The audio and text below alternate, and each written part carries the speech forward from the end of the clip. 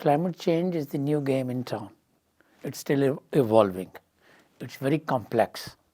And the kind of hard work it requires, if we undertake that, we'll have a landscape, an architecture, and the documentation required, and science-based evidence such as data sets to be in a position to engage with the private sector and interested parties.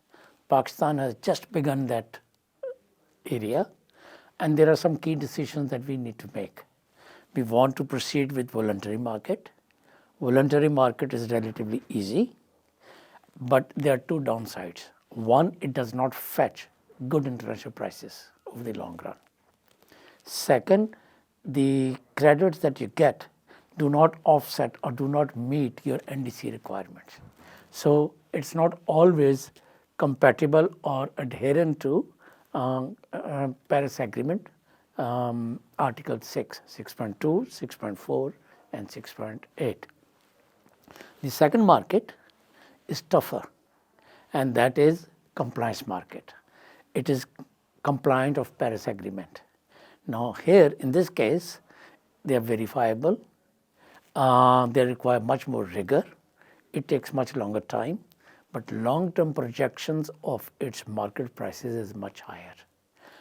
Compared to $6 to $8 that's the present rate, the anticipation is that over a period of time, over the project's life, it can exceed $60, $70 or $80 per ton. So that way, it becomes a very good machine to ensure future income. Just to give you an example, in Pakistan's case, we recently had an agreement on blue carbon. Blue carbon is a term used typically for mangroves, and they were voluntary.